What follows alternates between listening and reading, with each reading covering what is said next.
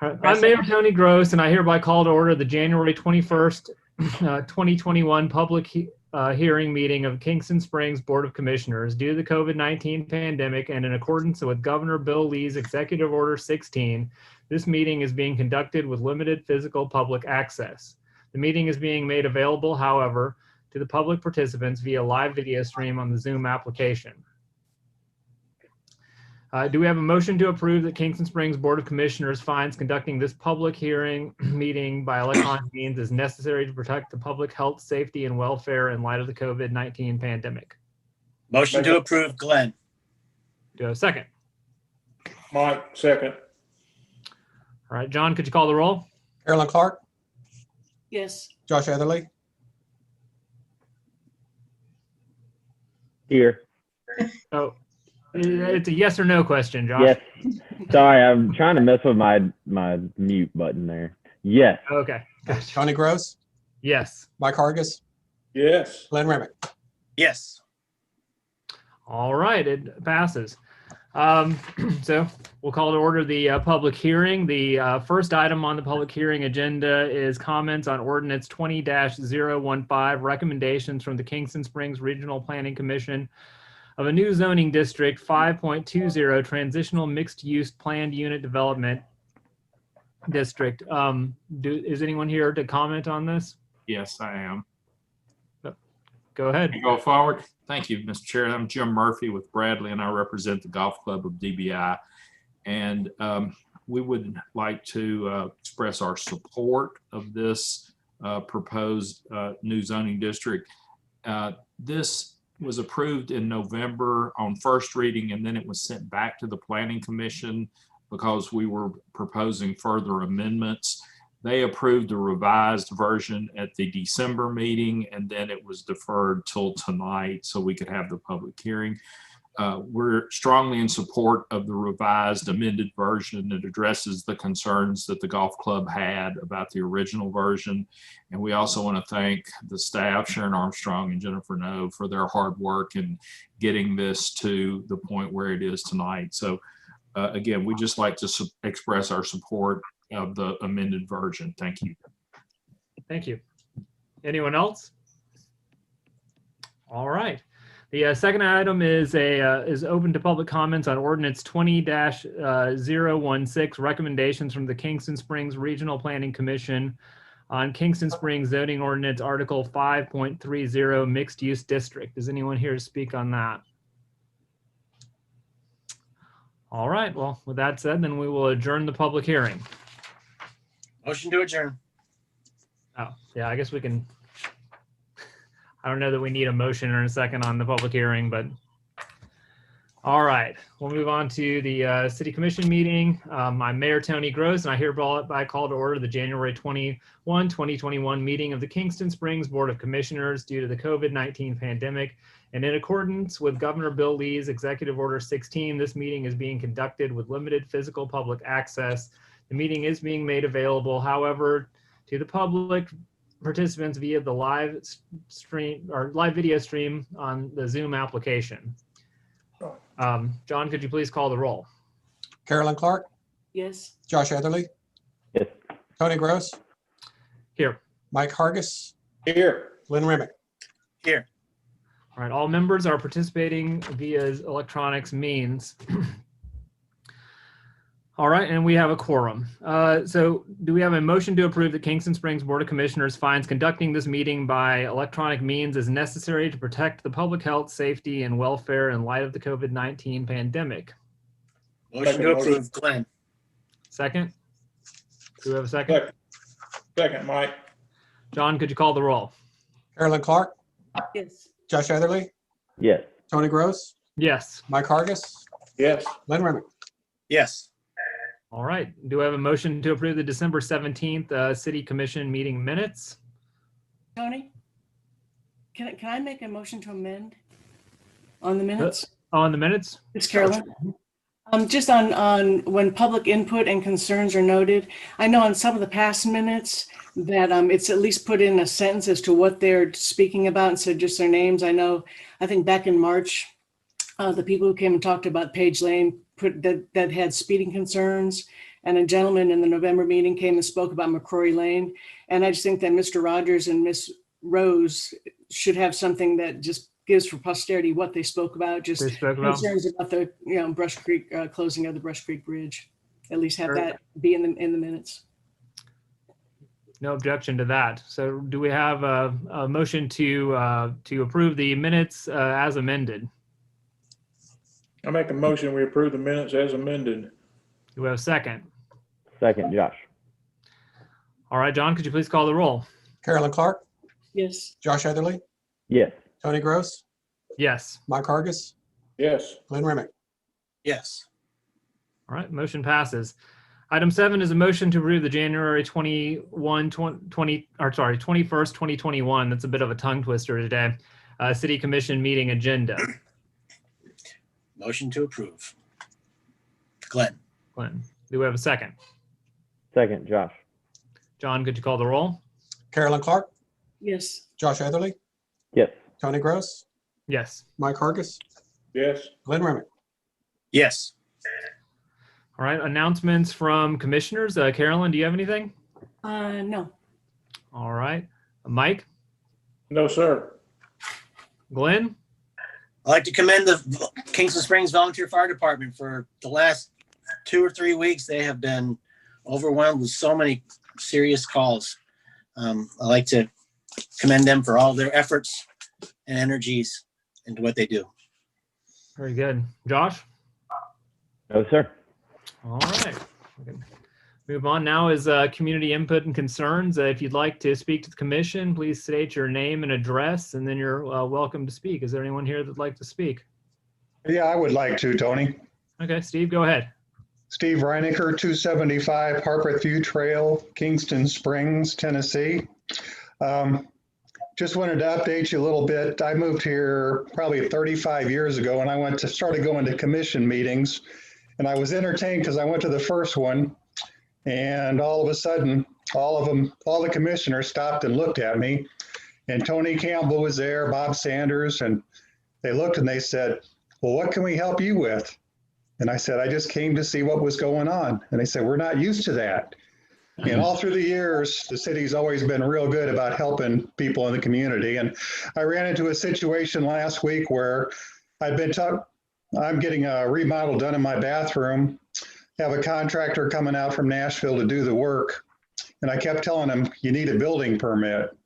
Well, Friday rolled around, and Friday morning, Friday afternoon, they finally decided to check on it. Found it, they couldn't work without it. And so they basically got a cease and desist. And I called up John and I called up Tony and talked to them a little bit. And I knew that I couldn't get a permit before Tuesday, but my idea was that on Tuesday that maybe they could push and make it happen real quick. And they went out of their way. They called up Sharon, and between the three of them, I ended up with a building permit over the weekend. If I wouldn't have gotten that, I would have been bumped back down in the queue, and it probably would have been another month before the work was done. So now they're in and working, and it's nice when the city commission and the town pulls together and they take care of individual citizens whenever they need something. So wanted to thank Tony and John for going out of their way for me, and Sharon backing them up. So thank you very much. Thanks, Steve. Is there anyone else? All right. Department reports. Do we have anything to add to the department reports, John? I do have a couple of things, Mayor Gross, thank you. I'd like to second what Vice Mayor Remick said and commend the Kingston Springs Volunteer Fire Department and public safety officers. They've had a rough couple of weeks. They've handled it with professionalism and with grace. So they're greatly appreciated. So if you see those guys, pat them on the back. I'd also like to commend Austin Patterson, who's now certified in both, I've got to get this right, biological and natural systems and grade 1 wastewater collections. Those are the 2 permits that are needed to legally and successfully operate our wastewater plant. So Austin's worked very hard over the past year to gain both of those certifications. Not easy things to do. So I'd like to go ahead and commend him for that. And then I do Very believe good. Brandy has a couple of items she'd like to cover as well. Can't hear you, Brandy.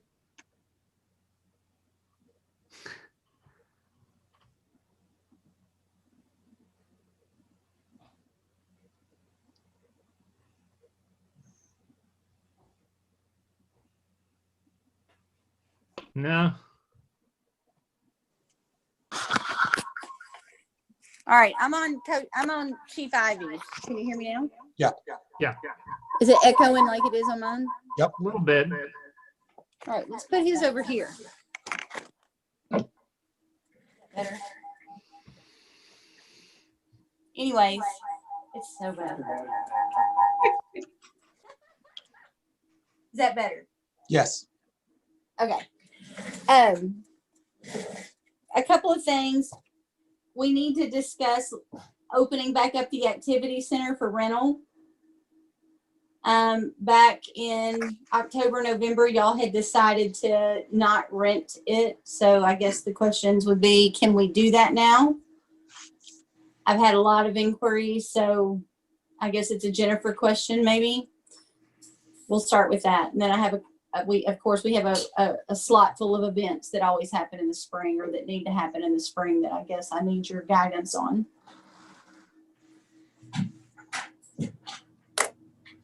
Jennifer, do you have anything on that? As far as the current executive orders go from the governor, how does that sort of thing fall?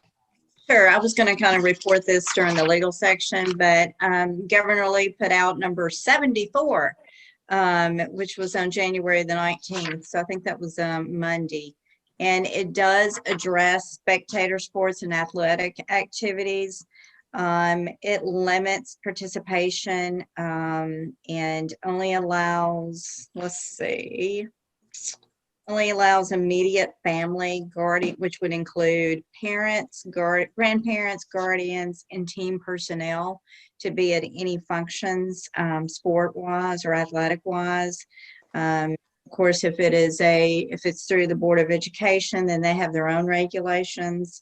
And then you also have to have that they'll maintain 6 feet from separation and all the other rules. This is effective through February 27th of 2021. So what about I think what Brandy was more specifically asking about was event center rentals. So that's not really a sporting event. That would be more like an indoor, like a wedding or a reception or, a party kind of thing. And he also addresses in here worship, weddings, and funerals. And again, he's strongly suggesting, that it be postponed or that it be close members only. I know that there's an event center in Pleasant View that is open. I'm not sure what they're doing in regards to COVID. But there's been limitations during the holidays. He had limitation even allegedly in your household. So, and I do not recall what the number is on that one, but, right now he's recommending not to have any, that they be virtual or online for activities. Okay. I think it's the board's decision. He's strongly encouraging that in his last executive order. It was done on Monday. It's kind of my opinion that even though there's some leeway, it sounds like in those executive orders that, as a town, we should probably err on the side of what the governor strongly recommends versus the other end of that. I think they reported today that the variant COVID has made its way into Tennessee as well. There's some cases. And again, I was going to report this in the legal portion, but the Administrative Office of the Supreme Court also issued an order last Friday, and all live courts have been shut down to the end of March. It was through the end of January, and they just extended in another 60 days. Hey, Brandy, as far as not rental, but event, traditional annual events, what's the first one? Okay, well, that's coming up, but so are we all on the same page that we're going to still not rent the activity center? That would be my recommendation along with Tony, I think, but I was kind of curious what events we had so we could kind of start setting that timeline maybe to think about we were getting to those. Okay. First of all, the first thing that's coming up would be the Easter egg hunt. John and I have talked about some other options, and we'll go over those after that. We had postponed Art in the Park as well as Dinner on Main until spring. And then, of course, you have soccer that should be starting in the next 2 months. So those are the 4 things that are coming up that should happen between March and April. Yeah, that's, I mean, all those are before April 15th, right? Yes. Well, I mean, we haven't set a date for the Art in the Park or the Dinner on Main. We had just Okay. postponed it from the fall. I mean, so those are not set dates. Your Easter egg hunt will be March. I don't have a calendar in front of me. Yeah. Okay. Behind you. But John and I, let's talk about the Easter egg hunt for a minute. So John and I today were kind of throwing around options. I hate to not do it 2 years in a row. Maybe we do a drive-through event, kind of like we did with the lighted tractor parade. Instead of all the kids coming and hunting eggs, maybe they drive through, we give them a bag of eggs.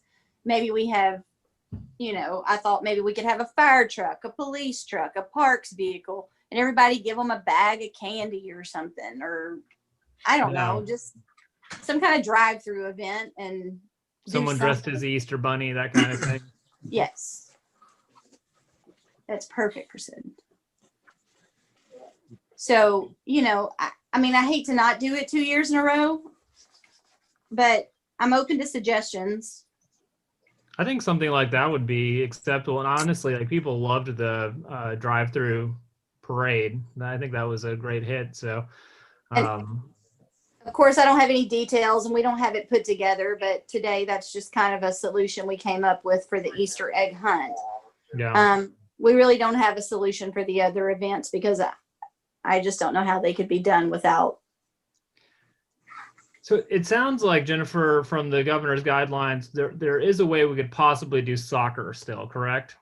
I think soccer is something, because I mean, it's an outdoor activity. And I think I think you're going to have to, it does limit spectators to attend practices as well as the games. And you would have to limit it only to the coaches, to the kids, and then immediate family, which is just parents and grandparents. How do you do that in an open park setting when you can't deny people entry to the park? That's true. Yes, and I mean, it's a hard thing to police. And, you know, I guess they're starting that this coming week with the school system, because this just went down on Monday. I'm not sure how the school system is going to police this for their games. But yeah, I mean, Brandy, I think that. Well, they have a little more control because they have entry and exit gates. We don't have that. True. Most of them do. So, I Brandy, mean, I mean, you can always encourage your parents just to have parents there, but there's just no way to prevent, you know, people. I mean, it's an open park, so I don't know how you would do that. Hey, Brandy, in the fall, I know we didn't even get close enough. Was it the fall where we did sign ups? And so what's our minimum number? And then what did we get to in fall? Because we didn't make it. No, we were short 20 kids per team in the fall. Yeah, I kind of think we're probably going to run into. But I will say, when the coaches did their, you know, not formal teams, and it could be because people didn't have to pay to do it, that, you know, there was a lot of turnout. You know, they got a lot more turnout than they were expecting. But I think that's because it was a non-pay kind of situation, and we had to turn a lot of people away because, you know, the 1 or 2 coaches that did step up to volunteer couldn't necessarily handle all the kids. So, I mean, it worked, and all the parents that did participate that originally signed up were very pleased. But I'm open. I will tell you, a lot of districts are having soccer. They're proceeding ahead. So, At Bellevue and Fairview, yes. yes. And But Brandy, this is I'm sorry, Josh, I didn't mean to, go ahead. Bellevue's HYSA. It's kind of open, right? Or is it gated? They kind of have one main gate that you have to go through to get to the fields.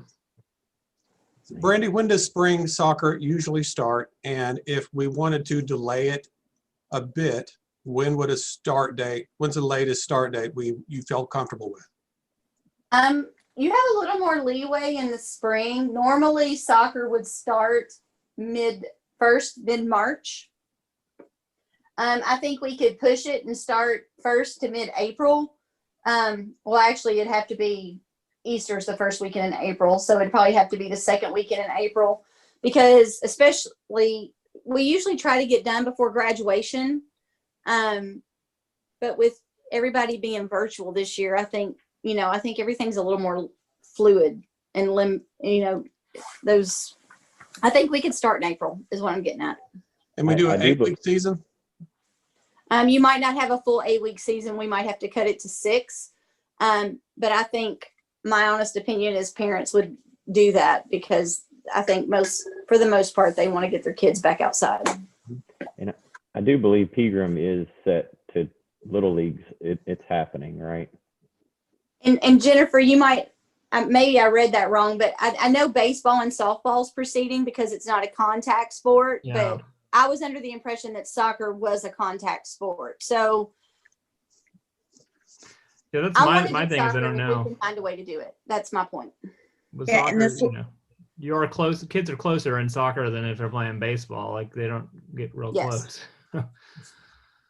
And this last order expires on February the 27th.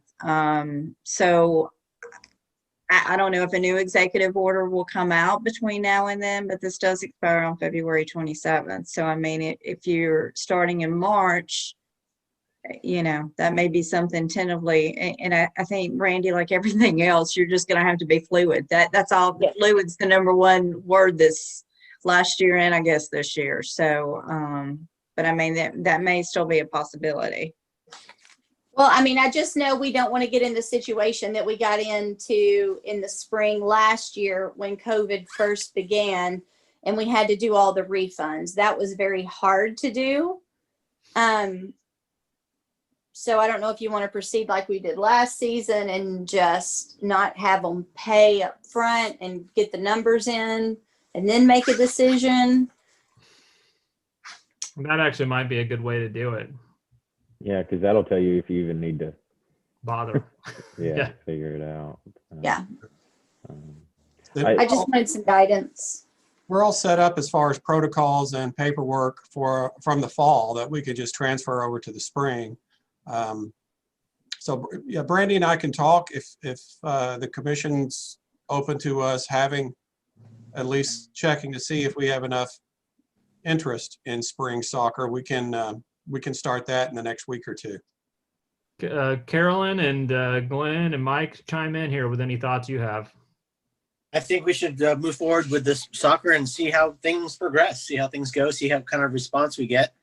I think just telling people that only the parents and immediate family can be there. As far as enforcement, we can only tell them that that's what the rules are. And I mean, it's up to them at this point, I think, but I think it's impossible to enforce. I'm sorry, tripped on you there, Glenn. I think it sounds good. I like the mid-April start. I think that would be, that just puts it off to be a little bit safer. Okay, Mike, any thoughts?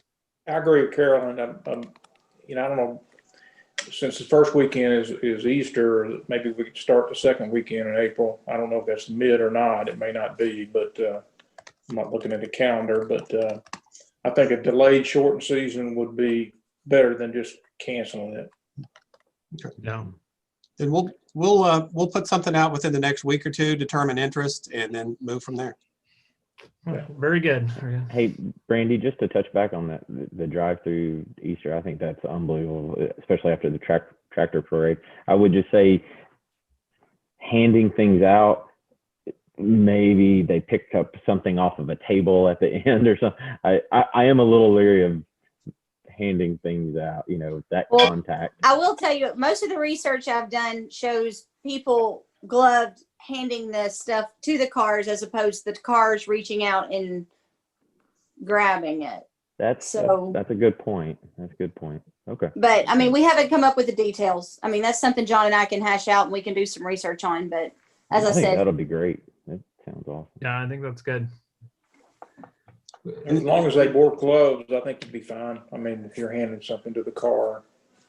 Like all the ultra races I've done during COVID, that's kind of how they do. Like you take your water bottle, you hold it out there, somebody in gloves and a mask fills it for you, you know, and that's seems to work pretty well. So As for the other two events, I'm kind of,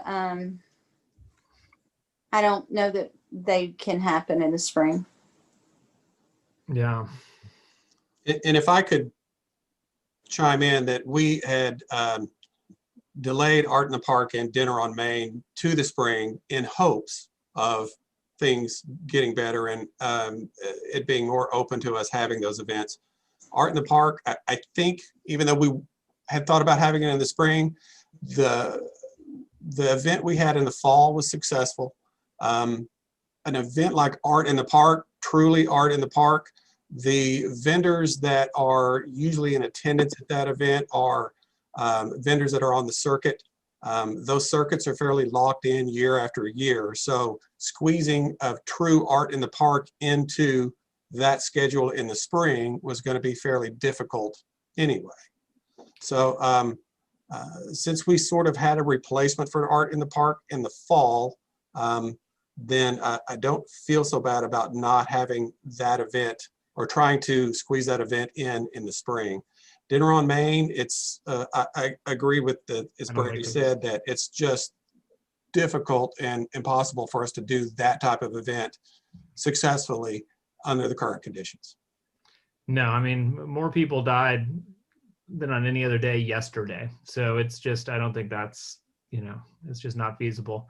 You know, hopefully by fall, things are a lot better. And then we can get back on track, hopefully by fall, with Art in the Park on the regular schedule. And I think since we did do the fall festival this year, that at least kind of kept that space open, you know, people that happened, you know, and it was, so, you know, it's not like we eliminated it completely. It was there in a lesser form. So, in a COVID-19 pandemic form, I guess. So I agree on both of those. I think we should hold off on both. Okay. Is that it, Brandy? Yes, sir. All right, that's it, Mr. Mayor. Thank you. All right. Legal updates, Jennifer. Well, we've kind of addressed some of these, but I do want to kind of go back. The Supreme Court did extend to not have live court to the end of March.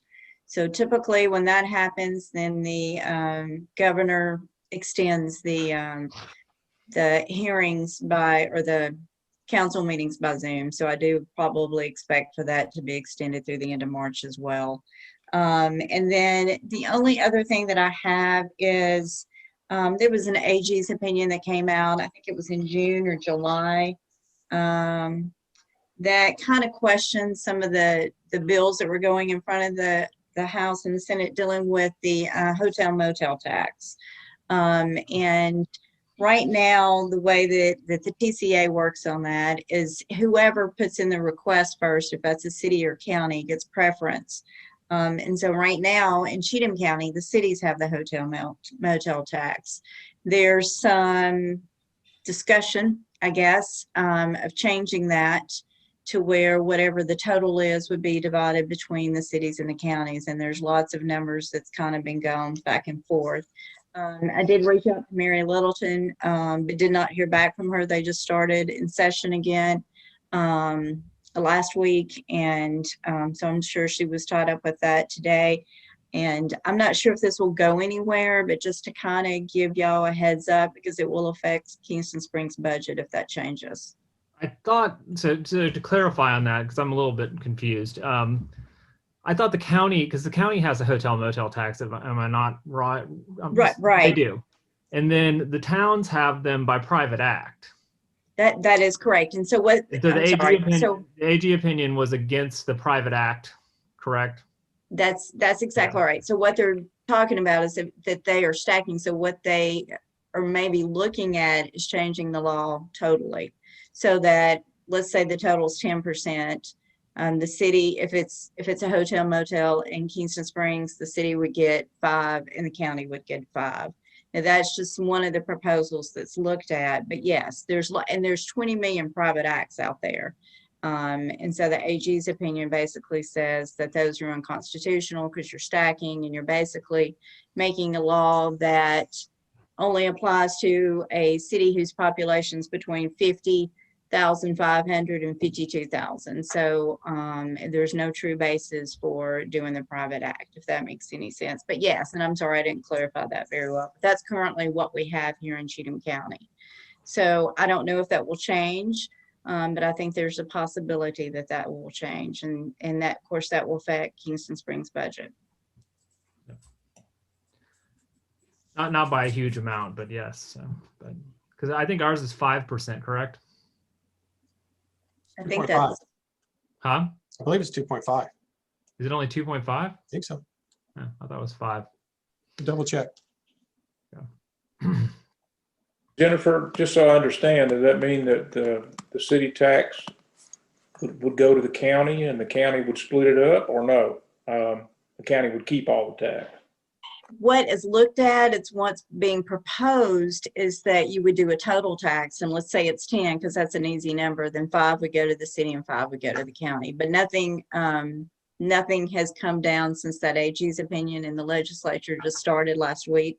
And then they had the special thing that Governor Lee wanted in regards to education. So I don't think it's been even, I kind of tried to look today to see if it would have been discussed, and I'm not sure if it's come up yet. But I think something will probably be done in respect to this. I think you're right, John. It is 2.5, isn't it? Yeah, I just looked at the ordinance. Yes, sir, it is. And Mike, to kind of get back to your question, what happens now is if you get a room in Kingston Springs, you pay a county tax.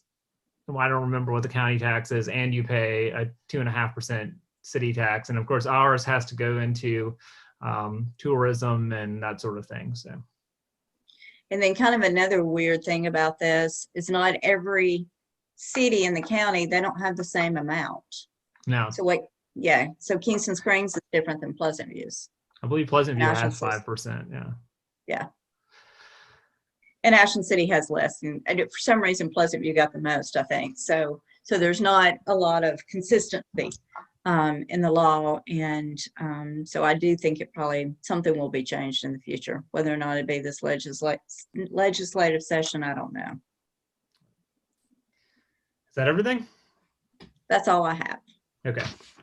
All right, we'll go into unfinished business. Item A is a motion to approve on second reading ordinance 20-015, recommendation from the Kingston Springs Regional Planning Commission of a new zoning district 5200, transitional mixed use planned unit development. Make a motion that we approve the ordinance. All right, we have a motion to approve on second reading. Do we have a second? Second, Glenn. Any discussion? All right, John, could you please call the roll? Carolyn Clark, Yes. Josh Adderley, Yes. Tony Gross, Yes. Mike Hargis, Yes. Glenn Remick. Yes. All right, motion passes. Item B is a motion to approve on second reading ordinance 20-016, recommendation from the Kingston Springs Regional Planning Commission of Kingston Springs zoning ordinance, Article 5.3, mixed use district.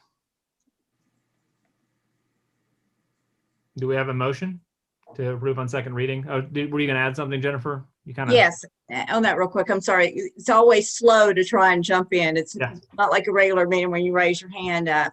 I just want to make sure on the one that the zoning that you just did, that you did that with the amendments as that was part of the motion. And I'm sorry about that, but just to make So on sure. item A? Yes. Because On the remember, amendment, it has been amended. so it has been amended. Okay. You could probably redo it, I guess, redo the vote as amended then. What's presented tonight is the Is the amended, final okay. ordinance that came from the Yeah. planning commission. Right. Okay, so we're good on that? If it's the amended version, and that's what they voted on, you should be fine on that. Okay. All right. Just to clarify. Gotcha. All right, on item B, do we have a motion to approve on second reading ordinance 20-016? Motion to approve, Glenn. Do we have a second? Second, Mike.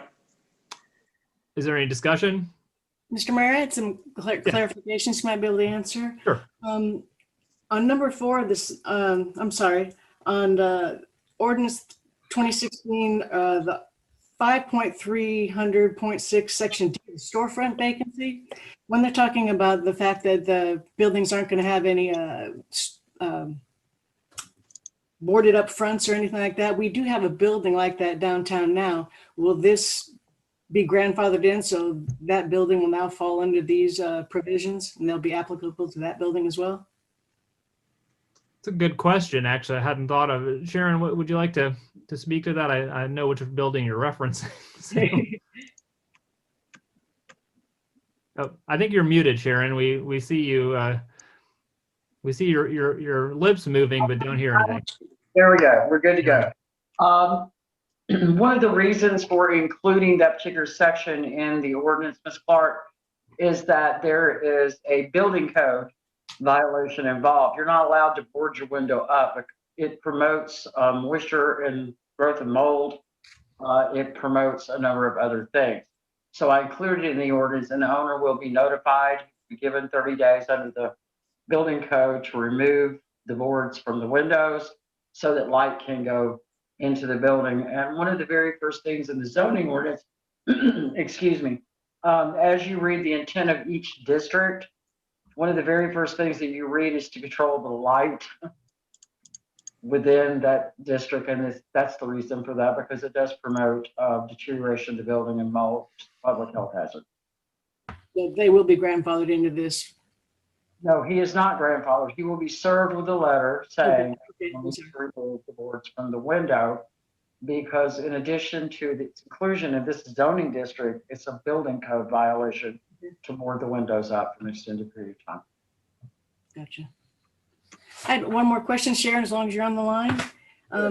There was in that same section, there was a question number 4, the same section. I think there might be a word missing or something because it didn't make sense when I was reading it. I can't see it right now. John, do you have the ability to pull that up? I do. What section was it, Carolyn? It was the storefront vacancy, which is 5.300.6, and it's section D. 6. Yes, hold on just a second. That way we can all look at it together. Sure. I probably just called you beforehand. Is that permissible for me to just call you beforehand, like in the day, and ask you about that, or? It's fine. I mean, that's why I'm here, is so that when the ordinances come up, I'm able to answer those questions. And it's number 4. Yes, Property owners of vacant storefronts. Property owners of vacant storefronts are supposed to be directed to contact county economic development staff regarding possible available tenants. I will make that correction. So, Mayor, I'm gonna have to ask that the motion to approve be amended so we can include the missing words. Carolyn, I pulled up my original version. Somehow between the version that I set forward and the version that made it there, those words seem to have been dropped. That's Spacing because of PDF that happens. So it will need to be amended. I apologize, Mr. Mayor. Under D in this section, number 4, property owners of vacant storefronts will be advised, and that's the term, we can't make them, will be advised to seek assistance from economic development staff regarding possible available tenants. Sometimes that helps them to open their storefronts up when they can have those resources and know that there may be people interested for which their property is a good fit. So I would like to respectfully request that we amend the motion to approve to include that language. Okay. Do we have a motion to amend section D, or sorry, D section 4 to add the language will be advised to seek? Make a motion if we amend it. Mike. Do we have a second? Second, Carolyn. Is there any discussion? Thank you, Sharon. You're welcome. Thank you, Carolyn, as well. All right. John, could you call the roll? Carolyn Clark? Yeah. Josh Etherly? Yes. Tony Gross? Yes. Mike Hargis? Yes. Glenn Remick? Yes. All right, And I hate to go motion back. I do have a question. It's actually on 55200 that I should have asked earlier. It did define, I've been trying to find it. A golf course is a golf course. You there? Yes, John, that's the previous ordinance, if you could pull that one up. 50, Yeah. yeah. It defined a golf course to have at least 18 holes. And the only reason I thought about that because we've had a golf course here with less than 18 holes, so I didn't know if that. That golf course actually doesn't exist within city limits. That's true. It was just interesting that it defined it at least 18 holes. I didn't know if that would make a difference, anything in the future. It could potentially do that, Josh. However, we rarely ever on parcels this large, and this parcel in particular, and the parcels that surround the city are somewhat large in nature, but the ordinance at request of someone to develop could always be amended for a 9-hole course if that's the concern that you have. But Yeah, I didn't want to have to, Of course, in our zoning ordinance in other places. So they simply did not amend it to include any broadening of the definition of a golf course that exists in the zoning ordinance. Okay. I just didn't want to cause more work later, potentially. Okay. All good. All right. All right, we will move on to new business. Item A is a motion to approve first reading of ordinance 20-001, amending certain provisions of the Town of Kingston Springs Municipal Code, zoning ordinance, sign ordinance, and other ordinances and resolutions to provide for a comprehensive list of fees to be set forth in Appendix A to the Town of Kingston Springs Municipal Code. This is the changes to the fee schedule that we have here, and I actually do have one item, and it's in section 13. John, can you bring that up? Yes.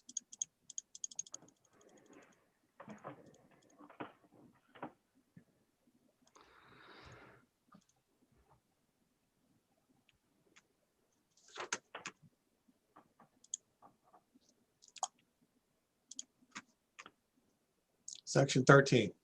There we go. So it does. It reads: the city manager is authorized to develop such applications, and it says such application forms as may be necessary for the activities, request, applications, appeals to contemplate herein.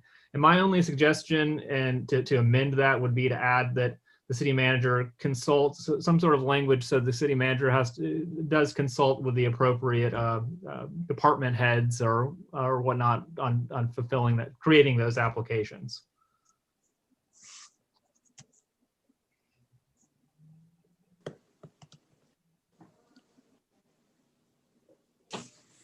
Okay. Is it possible to add that between first and second readings? I believe we could, couldn't we? Sorry, I don't see. Yes, don't you see can the do that legal between advice. first and second. There she is. A little slow on the What was draw. that, Jennifer? Sorry. Yeah.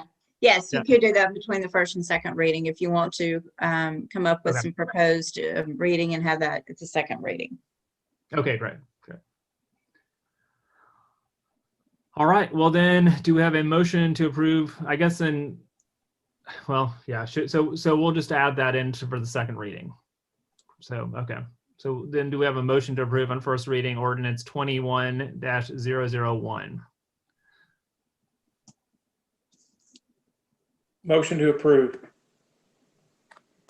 Do we have a Mike. second? Second, Josh. All right, John, could you please call the roll? Carolyn Clark? Yes. Josh Etherly? Yes. Tony Gross? Yes. Mike Hargis? Yes. Glenn Remick? Yes. All right, the motion passes. Item B is a discussion on appropriation of funding to replace a 2010 Chevy Tahoe police pursuit vehicle. I believe we have Chief Ivy there. I see his head. There he is. I don't hear him though. Did I not unmute? Now you're good. Now I hear you and I don't see you. Okay. Whichever. About now.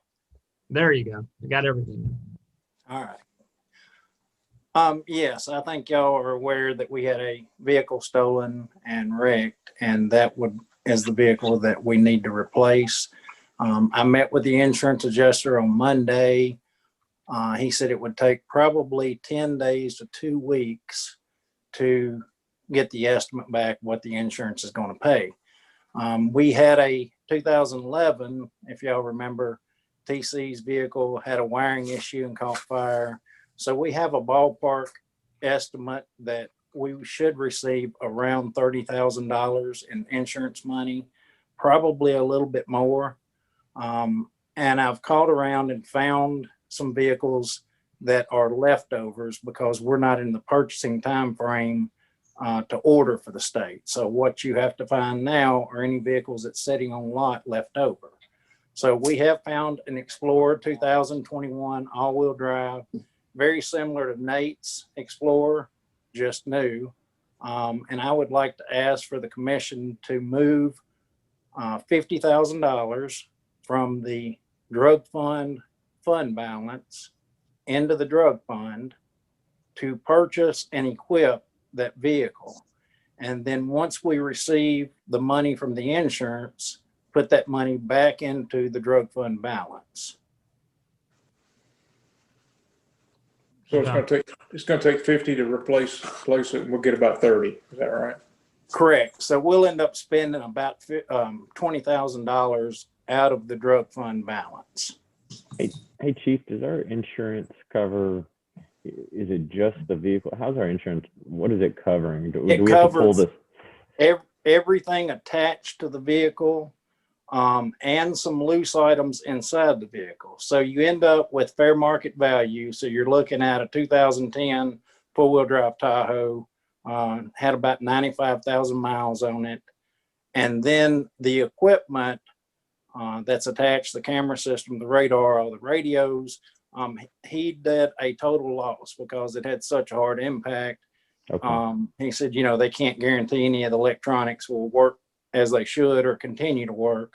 So they're giving us replacement values, and all that will be depreciated.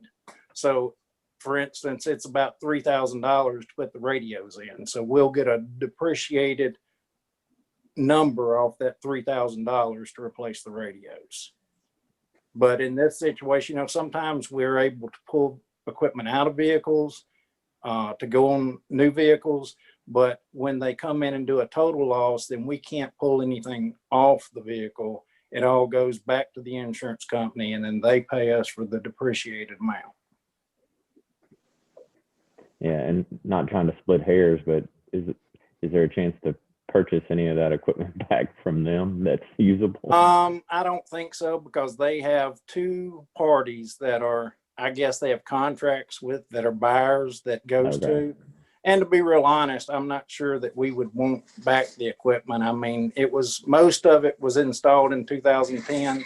Some of it's been installed since, but with the age of the equipment and the impact that it went through, I mean, I'm not sure we would even be interested. Okay. Let's use that drug fund. Yeah. Mayor, I've got a quick question, and I didn't realize that it was going to be looked at using the drug fund tonight, but I know that there are certain regulations by state law what you can use drug funds for. Yes. And does that that falls- allow? Yes, it's allowed in those regulations. Okay. Just making sure that's something we just need to look at and make sure that that is allowed. And Right. also, I assume you cleared the kind of financial process with Debbie. yeah. So the idea of pulling the money out, using it, and then putting it back in the drug fund, that's completely kosher. Yes, it is. And so the cleanest way to do that is to move the total amount, and then whatever the insurance gives, put that full amount back in, so that we're not pulling out of two different funds, the drug fund, the general fund, and putting part of the insurance money in one. But the drug fund allows anything that we purchase that is bolted to the vehicle, basically. You can purchase out of the drug fund. Okay. Is it going to be black? Yes, it is. Okay, good. I just want to make sure things match. Right, and it'll have the white striping that we went to on the F-150s. It'll have the same, just we actually should have the proof back on Monday. Okay. All right. Do we have a motion to move $50,000 from the drug fund for the purchase of a new police vehicle? Motion to approve, Glenn. Second, Josh. All right. Is there any discussion? John, could you please call the roll? Carolyn, you got a question? Yeah, I was just gonna ask you, G5, if they had any of their long guns secured in there, they got hurt by the impact, or were those okay? Or Those were fine, actually, because we had a structure fire the day before, and TC, just because of the smoke that got in his vehicle at the fire, he actually had taken them out that morning to wow, bring them to clean. wow, So Wow. we're very fortunate that none of the long guns were in the vehicle excellent. for several reasons. So, Yeah, absolutely. Very good. and I will tell you, I know there was some, we saw lots of comments. What happened is on that structure fire, of course, she's outside barefooted. TC was trying to give the fire department a report. Nate was trying to get her set down, calm down, and stay warm. And when he opened TC's door, TC unlocked the car. He put her in the back and he locked the door, but he had the door open, the driver's door, and the vehicle was running. So when he shut the driver's door, it automatically unlocked. And with everything going on, he just did not realize that happened. So that's how she ended up able to gain access. So I kind of envisioned that she rolled all over the back seat. So exactly. So, Hey. but we have had a really unusual time. So hopefully everybody is recovering. Chief, Yeah. are we doing vehicle sharing, or do we have any service? No, we don't interruption? do vehicle sharing. And I mean, we've tried that and there's been research on it No, nationwide. I'm talking about just right now while Oh we're yeah. short. If Sydney is actually, TC is in the other 2011 Tahoe. That's his vehicle now. And Sydney is sharing vehicles with Nate. Okay. So Nate works days, Sydney works nights. So they're sharing Nate's Explorer right now. So no service interruption. Exactly. No service interruption. Just, a little inconvenience. They have to take all their personal and the things that they have in their vehicle in and out daily. But, they're working it out. Perfect. thank you. All right. Very good. All right, we have a motion and a second. Is there any other comments? Sorry, I missed you, Carolyn. Sometimes I don't see people. So many Hollywood squares here. All right, John, could you go ahead and call the roll? Carolyn Clark, Yes. Josh Heatherly, Yes. Tony Gross, Yes. Mike Hargis, Yes. Glenn Remick. Yes.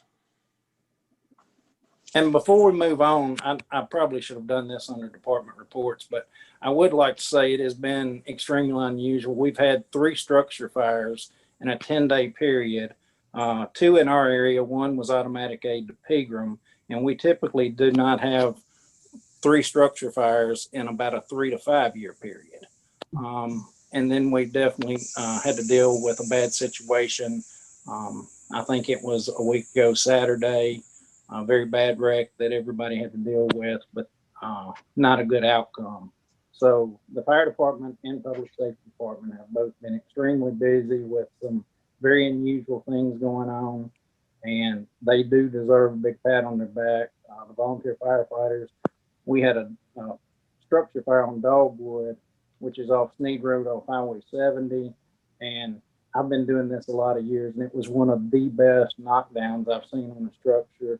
When I got there, smoke was coming out of all sides of the house. Flames had just started showing in the front right-hand side of the house. So when the first engine got there, I mean, it was a very involved, active fire. And Captain Parker, Roger Parker, that worked for the city, he was on the nozzle, went in with the crew, and did an outstanding job. So They've definitely put in lots of hours, all the volunteers, all the paid public safety officers. Everybody's done outstanding. This past 2 weeks has just been unbelievably busy. Please pass along our compliments to your team. Thank Yeah, you. very good. Thank you. And I will say we've had a lot of public support too. We've had a lot of good messages sent to us, and we've had some businesses that's made some really nice gestures to take care of the firefighters. Great. Very good. All right, we can move on to item C, which is motion to approve resolution 21-001, authorizing acceptance of Tennessee Department of Transportation proposal for construction of a bridge on South Harpeth Road, state project number. I'm not going to read that. You have it before you. John, do you want to talk a little bit about it first before we vote, or? It was just, as you just said, it's a proposal submitted from TDOT to the town of Kingston Springs for first steps in TDOT's replacement of the bridge on South Harpeth over Brush Creek. It's been vetted through legal. They had no concerns or comments or edits on the proposal. And that's really all I have. Any discussion? What's the time frame, John? When will it start? Hopefully, when will it be completed? They are still under their right-of-way phase. Even though it's on TDOT's short list of bridges to be reconstructed, their short list is not necessarily short in a lot of other people's timeframes.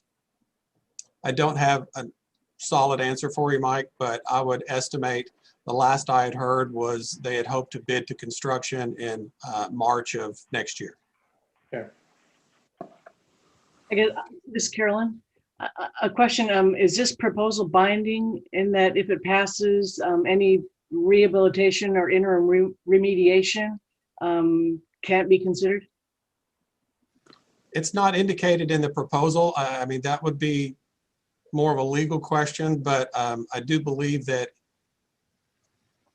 no, it would not. But again, not an attorney. I would leave that to Jennifer if she could respond, if she's had a chance to review the document. I reviewed the document, and I'm sorry, I didn't fully understand your question. Oh, is this, if we enter into this proposal, is it binding so that the city could not enter into any rehabilitation for the bridge, as some residents have suggested, during the interim period between now and whenever TDOT opens it up for bidding? It is a binding contract, yes. It will be a binding contract, okay.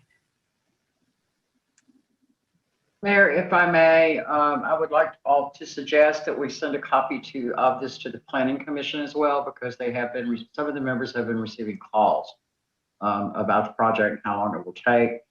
John, would it be possible to provide a copy of this to them so that they would have some idea of how the project's structured? Of course. Thank you. I think my other question, John, that I have is that if it's not being put out for bid until March of 2022, or even that's when we hope it'll be sent out, why the rush to get this done now? Why is this being pushed? Why does TDOT want to enter into this now so far? I don't have an answer for you, Carolyn. We just received this in the mail. I've not contacted the director to see what their timeframes are or their scheduling is, but I'd be happy to do that if there's some concern. Yeah, I'm sorry, if I could just add, in dealing with TDOT projects in the past, it's a very slow process. And they have they have kind of set guidelines, and they like to do A, B, C, and D before they will go to the next step. So this is kind of one of the first steps that they do. And then they would, I'm assuming they probably have not started acquisitions yet, as far as if anything needs to be condemned or anything like that, or if that's even an issue in this. But typically with TDOT projects where they're taking over things, they have a protocol that they have to go through, and it is somewhat of a timely protocol. So this is kind of one of the first stages that they go through with this. By pushing something back like this, do we then further extend the time of the project? Probably, yes. To be honest, yes. So it's getting us in line to have the bridge replaced basically by passing this. Okay. They have to have the local city approve this and have our permission, and that's kind of, they're doing this, but they want the agreement in before they typically will start doing any of the work. And I don't know if they've started engineering or anything else like that. John may have the answers to that, but anything with TDOT is a long, tedious product. In addition to that, Ms. Clark, and for the Board of Commissioners, there will be a public hearing at some point. All TDOT projects require them to schedule a public hearing. They're usually poorly attended, but in this particular case, residents who have concerns, commissioners who have concerns are welcomed at those meetings. And if there are concerns that you want to express or things you want to say, you're allowed to do that. It's kind of a much more relaxed environment than some of the protocols that TDOT has. To give you context, the first examination for the improvements to Highway 49 from Ashland City to Pleasant View began in 2008. And that project is still not completed and not funded. They have started acquiring right of way about a year and a half ago. So TDOT, to get it done, if they let it in 2022, I'll be impressed. I think that's what the residents are scared about. So, Yeah.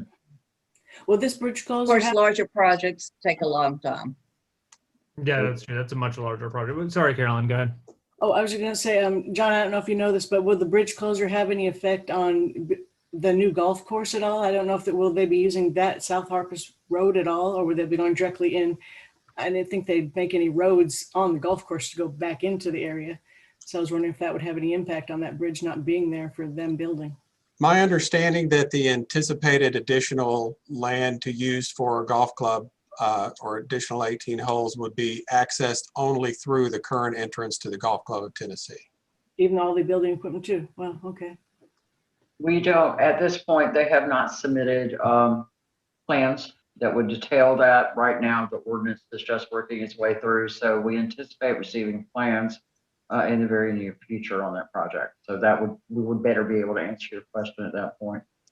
Mike, my guess is they're not going to want construction going through that main entrance. Yeah. Wouldn't you think? They hinted about building their own bridge through the maintenance department there to access Oh. that property. So they can just take that lower entrance then. Yes. Yeah.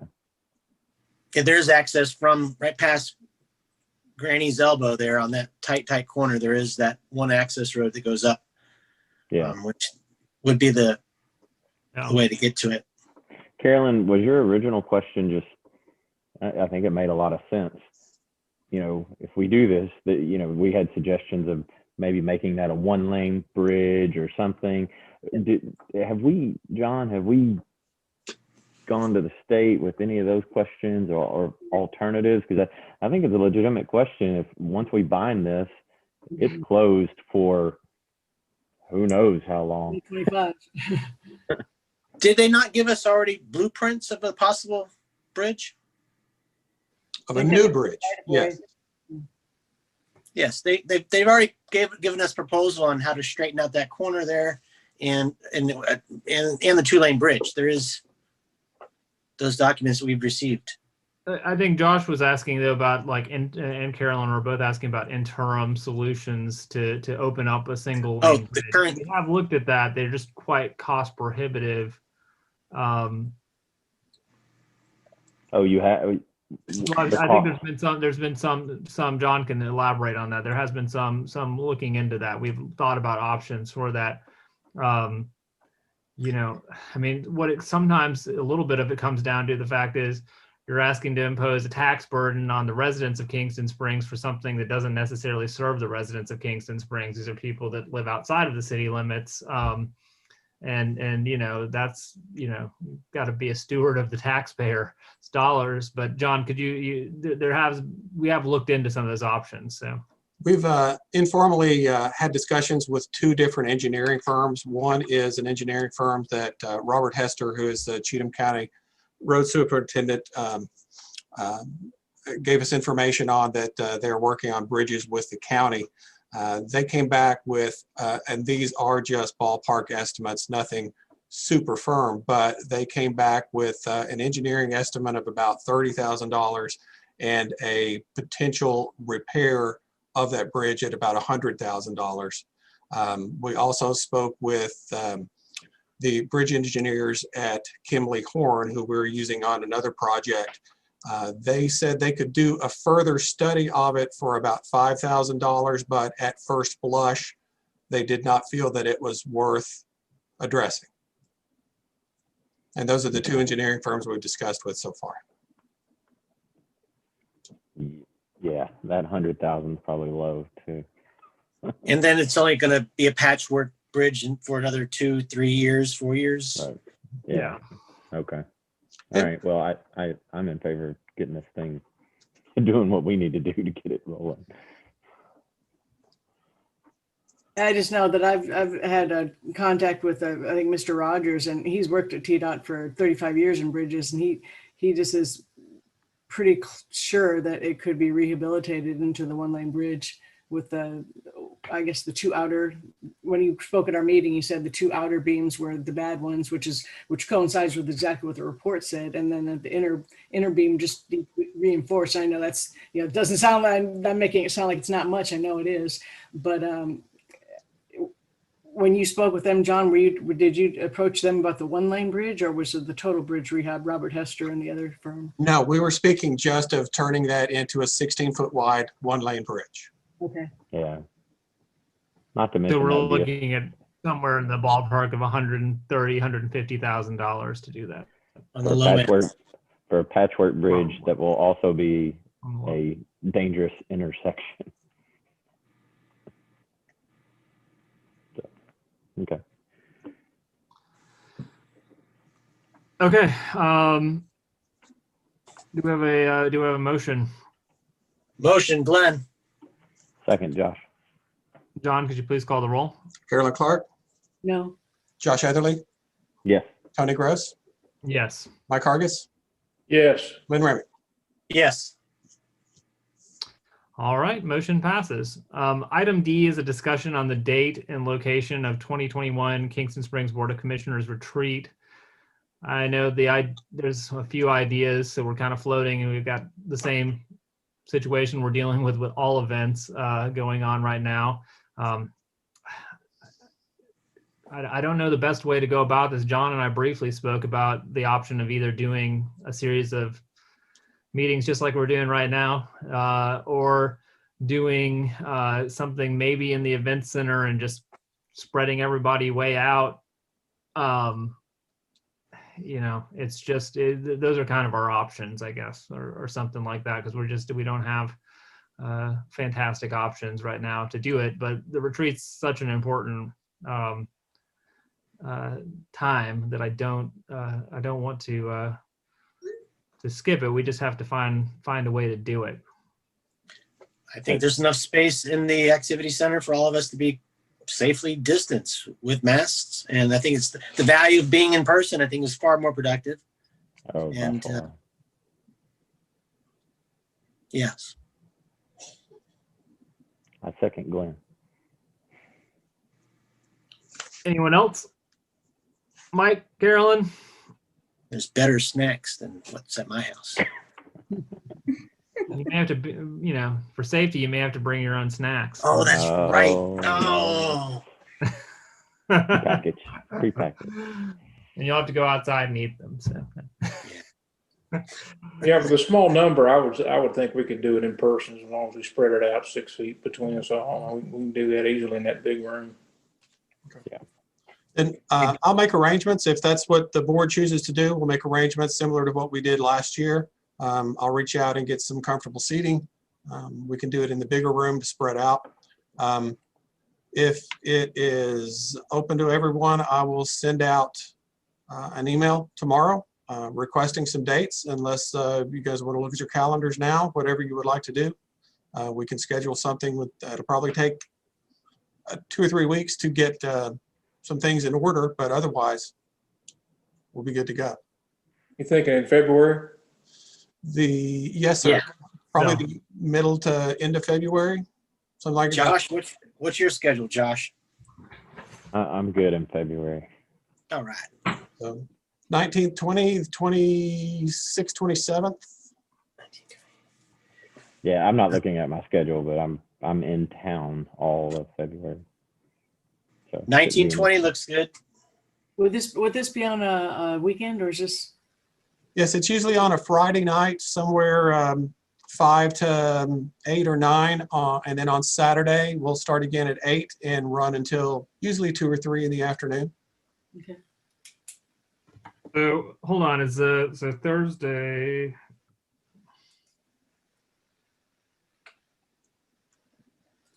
So that'll be commission meeting followed by retreat.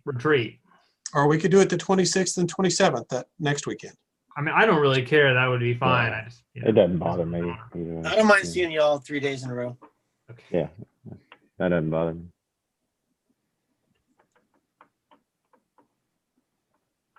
Okay. Works for me. I'm good. Okay, I'll send out an email tomorrow just to make sure, and we'll look at the 19th and the 20th at the activity center, and then just reply if you look at your schedules and realize something needs to be altered. Very And this is good. 19th to 20th, is that correct? Yes, sir. Okay.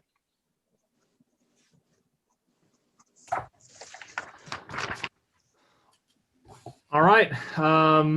That moves us on to surplus, which is City Hall has a APC battery pack, our battery backup 1500. I don't even, my internet connection just went unstable. Can everyone hear me okay?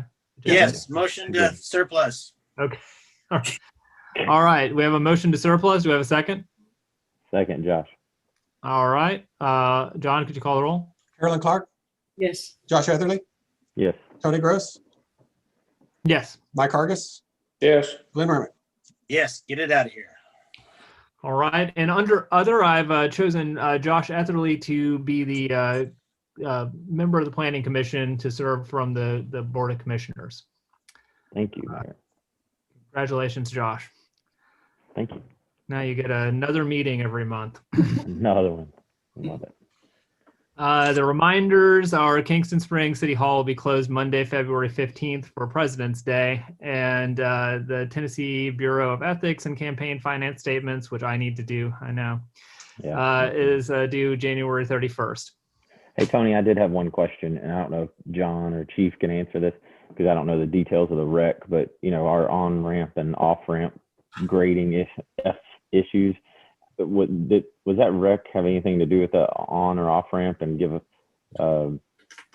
help move along maybe something to do with our ramp issues? No, actually, that was not Bad driving. anything. That Okay. was more driver related. Yeah, I knew they kind of went off, but I didn't know if it would play into the on-ramp part. So. No, Okay. actually, I don't think regardless it would have had any impact. Okay. All right. If there's nothing else, do we have a motion to adjourn? Motion to adjourn. Glenn. Second? Second. Second was Josh. John, would you call the roll? Carolyn Clark, Yes. Josh Etherly, Yes. Tony Gross, Yes. Mike Hargis, Yes. Glenn Remick. Yes. All right. Very good. I'll see you guys next time for a 3-day extravaganza, looks like. Thank you, everyone. Right. Thank you.